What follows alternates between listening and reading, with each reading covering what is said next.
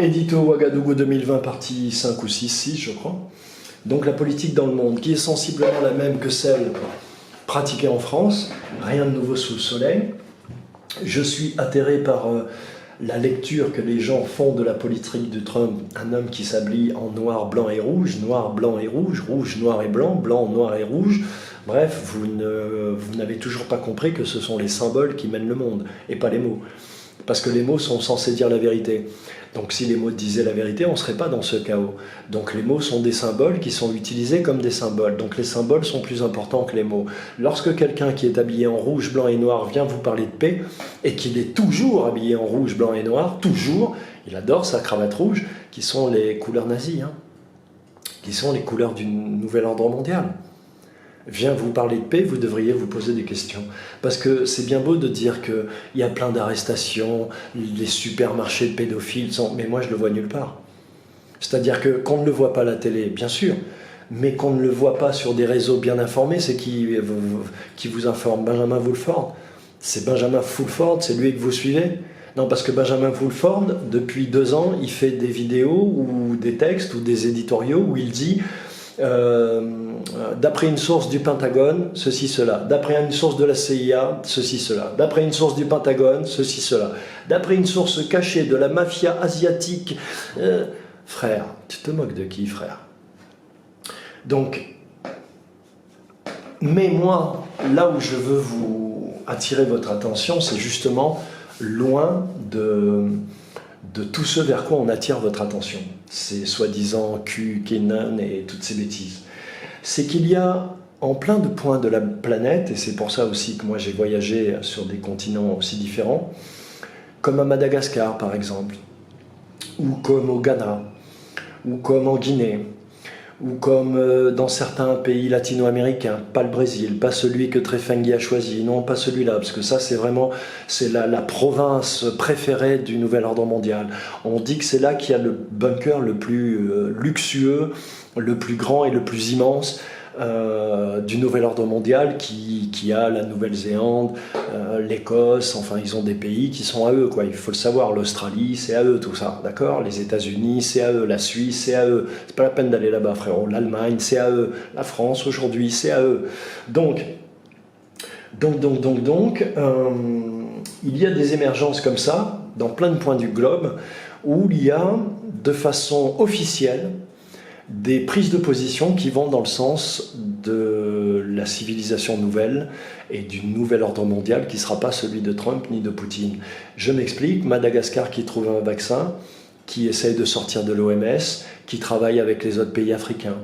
Le président du Ghana qui explique aux Africains de France que s'ils sont malheureux, s'ils sentent qu'ils sont ostracisés par le racisme, eh ben qu'ils rentrent en Afrique. Voilà, et plein de petites choses comme ça qui se passent dans plein de petits pays, mais qui sont des émergences. Le fait que 5 pays africains aient décidé de ne plus signer la reconduite qu'ils donnaient chaque année comme permission à l'armée française pour venir s'installer chez eux. Là, ils vont devoir quitter ces pays. Le franc CFA, même si l'écho est une arnaque, on en parle dans les discussions avec le vieux Pierre, les causeries avec le vieux père, pardon, sur les formats Real Life Stories qui sont sur ma chaîne, même si tout ceci est articulé pour encore une fois que l'Europe soit gagnante, il y a une chose qui change, c'est que les fonds ne seront plus gardés par la Banque de France.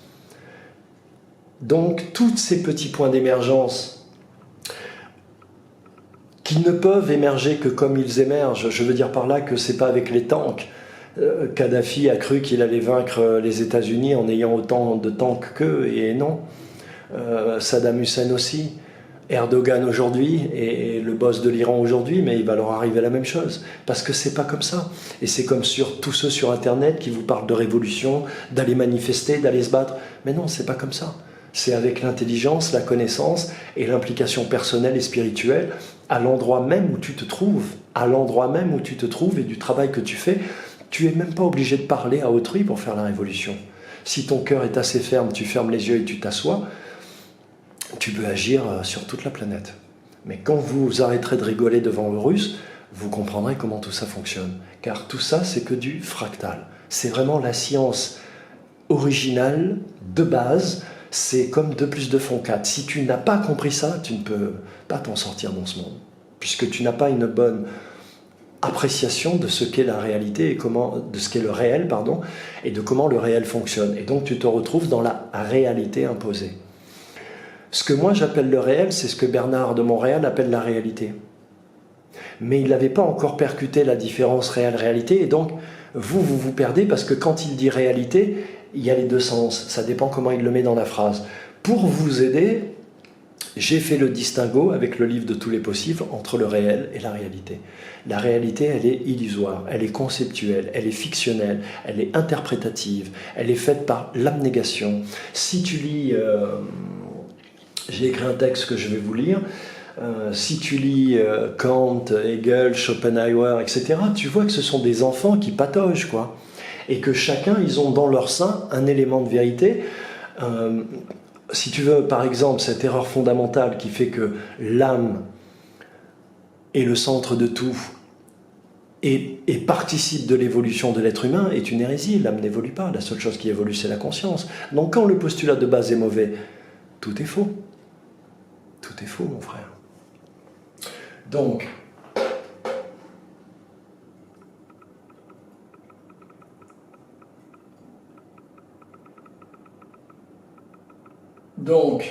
déconfine-toi le cœur et l'esprit et profite de l'album 2 de Marcel Kébir qui est sorti quand même le 17 février. Il y a plus de 15 morceaux, 3 inédits.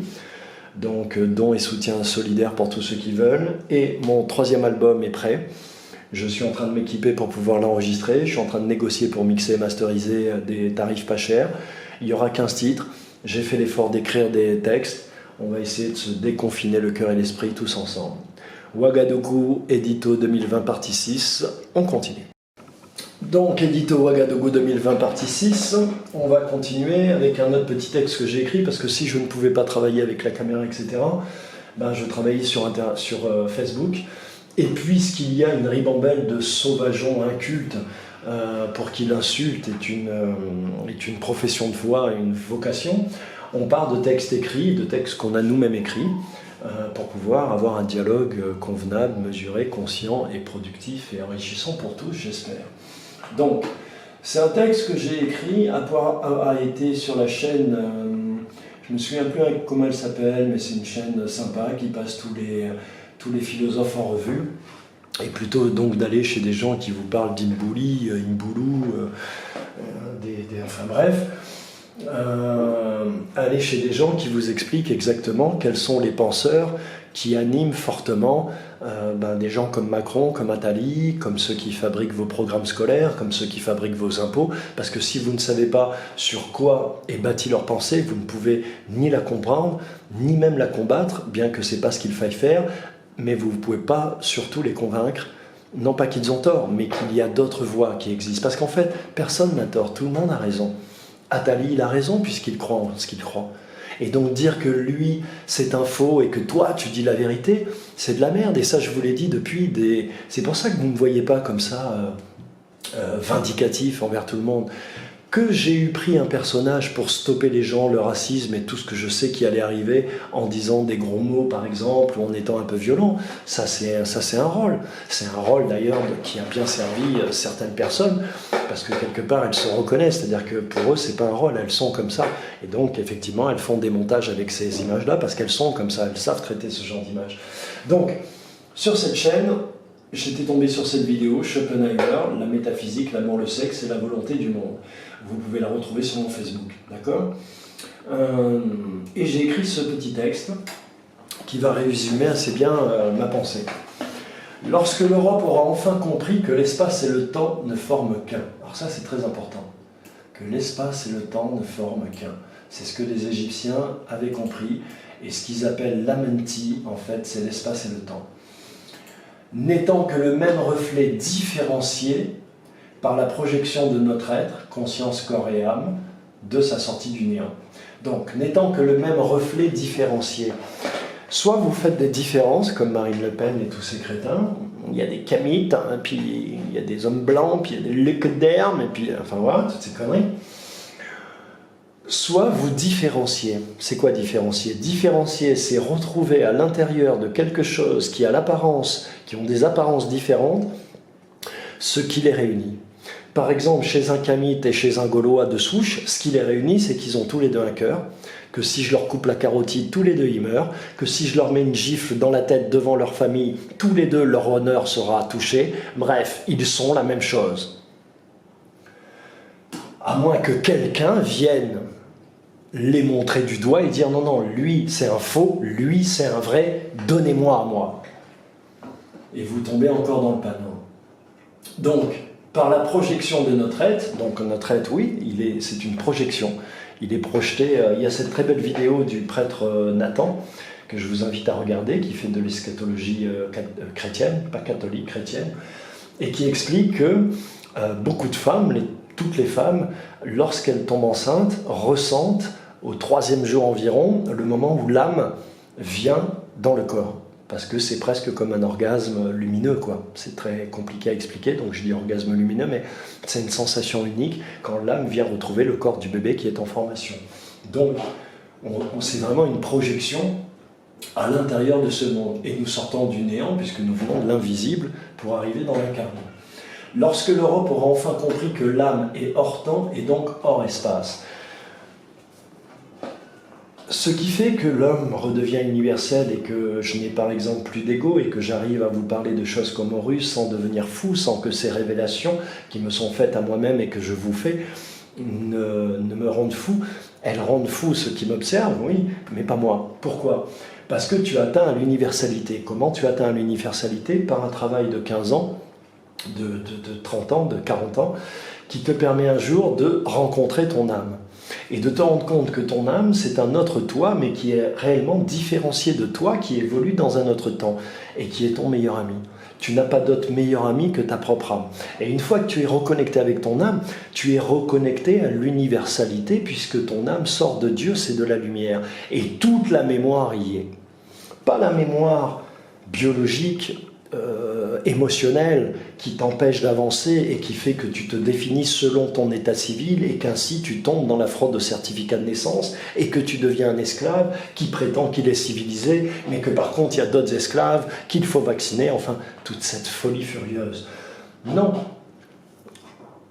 tu es comme un... C'est comme si c'était ton frère jumeau.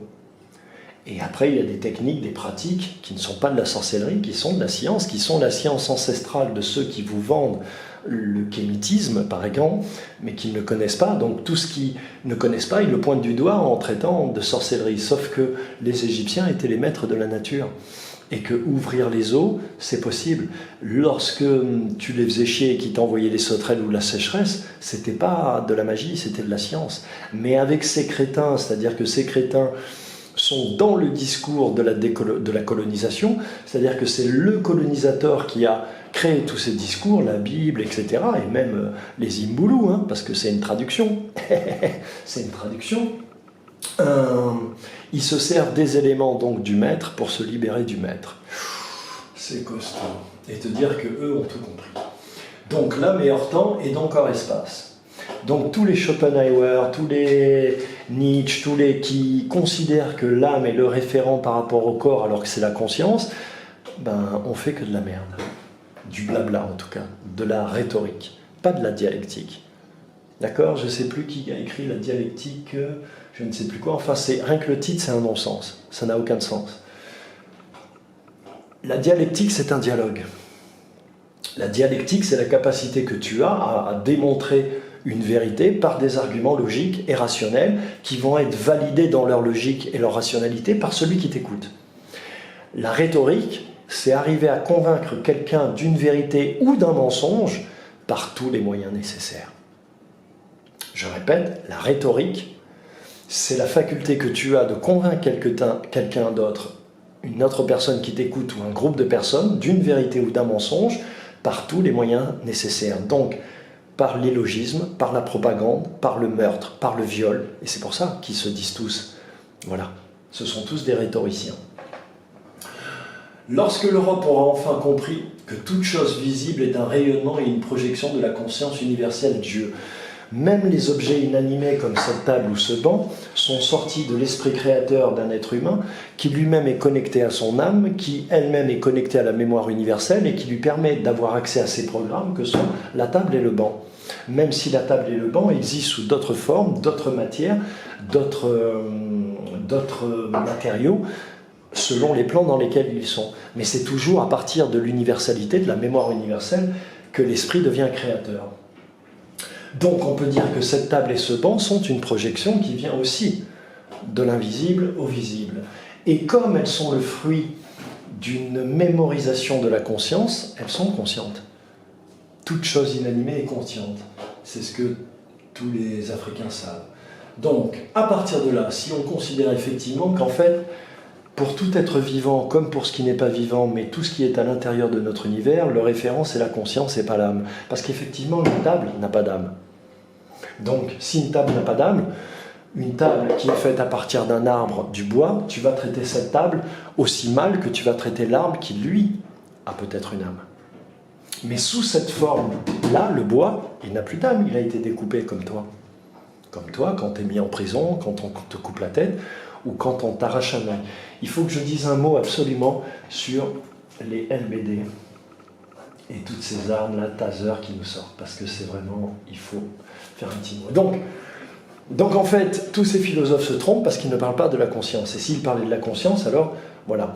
Et c'est parce qu'ils ne parlent pas de la conscience qu'à un moment donné, Freud a pu faire ce qu'il a fait. C'est-à-dire cette hérésie, cette cochonceté inouïe, ce gloubi-boulga sexuel, pédophilique, orgiaque, et qui n'a ni queue ni tête et qu'on appelle la psychanalyse. Et qui a permis à ce monde d'asseoir son postulat, que ce soit à l'école, que ce soit à la télévision, que ce soit au cinéma, que ce soit partout, c'est la psychanalyse qui a été le véhicule de tout ça. Parce que vous y avez tous cru. La preuve, c'est que Cyrulnik, et malgré sa petite mine pacifique et l'air de ne pas y toucher, mais c'est un psychanalyste, et que la résilience, qui est aussi une hérésie, mais ça on en parlera, est devenu le leitmotiv principal de tous les pseudo-intellectuels qui sont toujours en recherche de nouveaux mots, qui ne les mènent nulle part, qui les ramènent exactement là où ils sont, parce qu'ils ne veulent pas en sortir en fait. De toute façon, ils ne peuvent pas en sortir. D'accord ? Donc, lorsqu'effectivement l'Europe aura compris que toute chose visible est un rayonnement et une projection de la conscience universelle, c'est-à-dire un son, c'est ce que prouve la physique, alors Platon sera jeté aux oubliettes, parce que Platon, il n'a jamais pu pratiquer son programme. Comme je l'expliquais à Monsieur le Comte de Tréfingui, Monsieur le Comte de Tréfingui vous parle d'un philosophe qui n'a jamais pu appliquer nulle part ce qu'il prétend faire, qui s'est fait manipuler par un roi oriental pendant près de 40 ans, ce roi lui faisant croire qu'il allait pouvoir appliquer chez lui ses méthodes, mais en fait il ne l'a pas fait. Voilà un homme qui passait sa matinée à écrire, son après-midi au bordel, à baiser des filles et des jeunes hommes mineurs, et qui vous explique l'amour platonique. Voilà la personne que le comte de Tréfingui défend. C'est-à-dire quelqu'un qu'on a pu manipuler pendant 40 ans juste parce qu'on lui donnait bien à bouffer et à boire. Et pendant 40 ans, il a vraiment cru que... Tu te moques de qui? Et toi, tu es un philosophe qu'on doit... Enfin bref. Donc, quand Hegel, Saint-Augustin, Schopenhauer et Baruch le Sage, Spinoza, qui est quand même mon préféré, seront enfin réunis.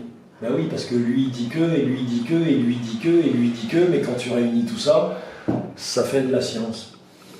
Nous retrouverons ici et ainsi les fondements de la science africaine, universelle, invaincue car invincible. Parce qu'effectivement, ils ont tout découpé. De cette science universelle, je vous l'ai dit, ils ont fait médecine, astrologie, ils ont tout découpé, alors que tout ça est un.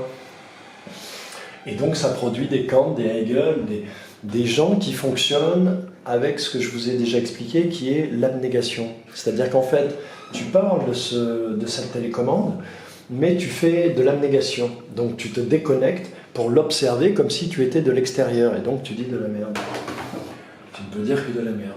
Donc les Tréfingui et consorts n'auront plus ce reflet de consistance qui n'est qu'une représentation conceptuelle et interprétative. Alors c'est important parce qu'on arrive à cette génération Internet qui est une génération inachevée, qui a des trous dans le cerveau et qui pense que l'insulte est un moyen honorable de survivre, alors qu'il n'y a pas plus indigne et plus pitoyable. Mais ils font Ils font suite à une autre génération qui sont les Trefangui, les Stéphane Blett, tous ces gens qui vous inondent de culture qui ne sert à rien, qui ne leur sert pas à eux-mêmes, de la culture qu'ils vont prendre dans le monde qu'ils essayent de combattre, de la culture qui a permis à ce monde de s'ériger, de s'imposer, de nous mettre en prison, de nous écraser. Et ils pensent qu'eux, ils vont trouver les bons piliers qui vont tenir ce monde, cette république, cette économie, ce cannibalisme outrancier et ouvert, et assumé en plus. Donc, ils n'auront plus ce reflet de consistance qui n'est qu'une représentation conceptuelle et interprétative, n'ayant ni ancrage, ni véracité dans le temps. Ben ouais, ça ne marche pas dans le temps, leur truc. Dans le monde de la volonté, c'est-à-dire de l'intention profonde, de l'intelligence du cœur, c'est-à-dire le réel, l'intention profonde ou l'intelligence du cœur, pour une réalité dépeinte, dualisée, racialisée, compétitive et donc fatalement guerroyante. Il faut que vous compreniez que la compétition, ça commence avec la concurrence entre deux magasins.